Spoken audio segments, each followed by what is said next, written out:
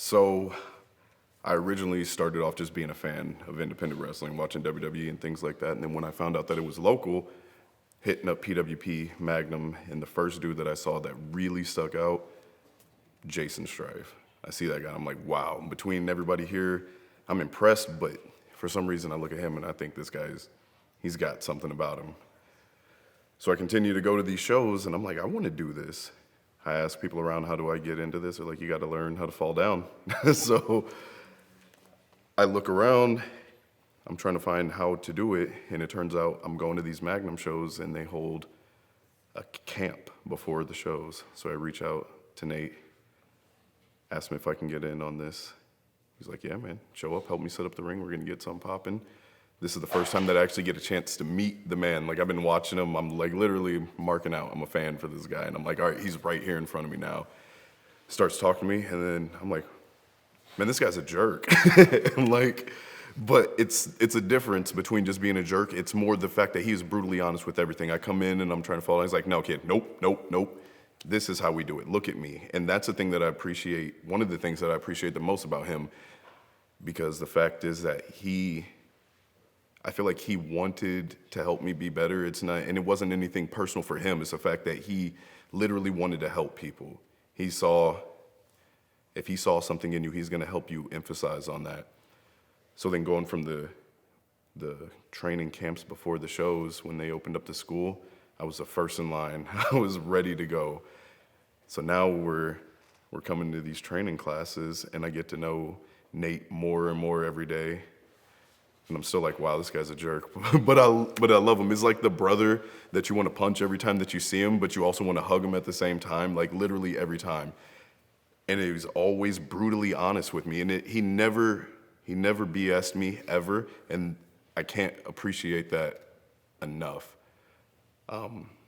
He got me into this from day one. I came into the wrestle school, into the dojo that we had, and I'm doing my thing. He's like, you know what, man? You kind of look like Barack Obama, but your traps, dude. You like, I got it. Barack Lesnar. And I'm like, dude, no, I can't be Barack Lesnar. He's like, no, bro, I'm sorry. You are Barack Lesnar. And just every time that we're together, it's just clowning. But the fact is that he would still push me every single time. Every time, like for my first year or two of wrestling, there was never a time that I came back and he was like, hey, great match, kid. Instead, it was like, yo, sit down. Why are you going so fast? Slow down.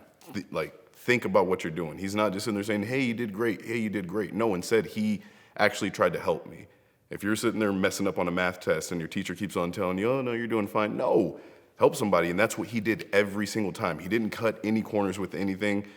It was amazing. It was crazy. So then after making it through wrestling school, my first match in front of any kind of live crowd, they post all the flyers. I came up with Jameson McGregor. I came up with Brixton. We all trained together, and then we get our first matches together the same night. Everybody's on their poster, and then he didn't even tell me this. He just posted it.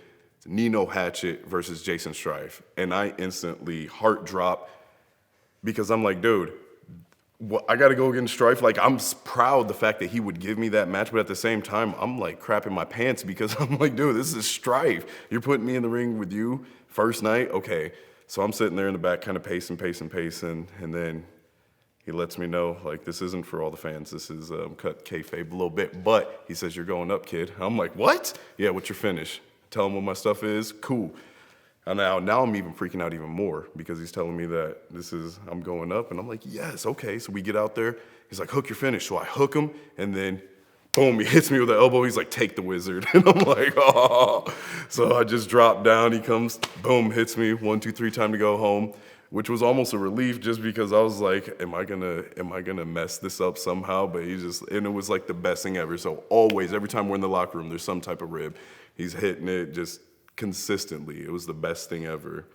Being on the road with him, like we would tell so many stories just back and forth. And like the greatest thing is like, I didn't always appreciate it so much back then, but I miss it now. It's just like every time that I would step into the locker room, we'd hop in the car. It was always like, shut the hell up, Garrett, because we would just have all these crazy stories back and forth. We're always just telling so much bull stuff, and I I might take it a little bit too far. And Nate would be the one to be like, Garrett, shut up. And now, like, so much I want to hear it now. Like, I've never wanted to hear somebody tell me shut the hell up so much as I want it right now. Hey, Garrett, shut the hell up. Thank you, Danny.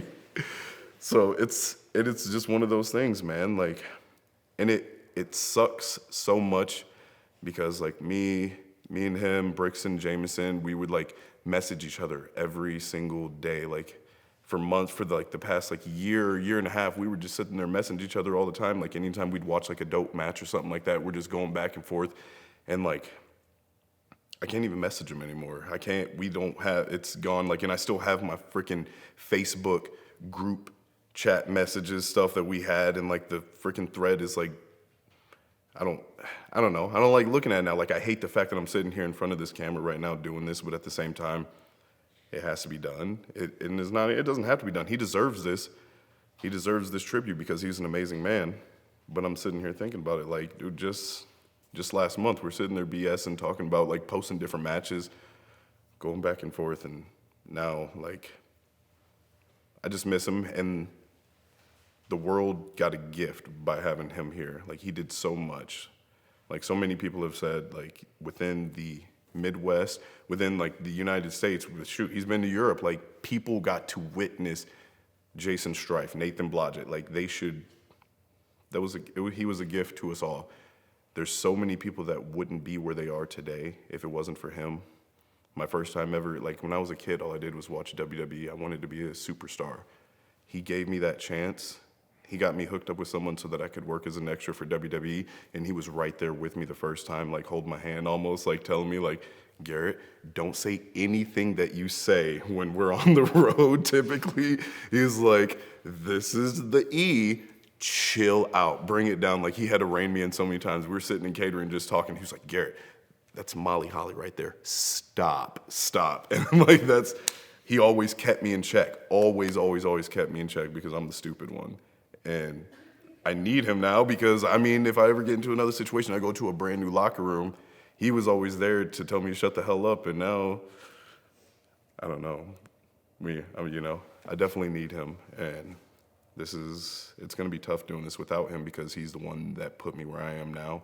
And he gave my life a different meaning. I'm a father and I'm a husband, and those things are they're the most important things to me. But for my free time, my hobbies, the things that I actually cherish and things, like, he gave me a new meaning in that aspect of my life. And I can't thank him enough for that. I love you, Strife, and I appreciate you. Thanks, Nate, man.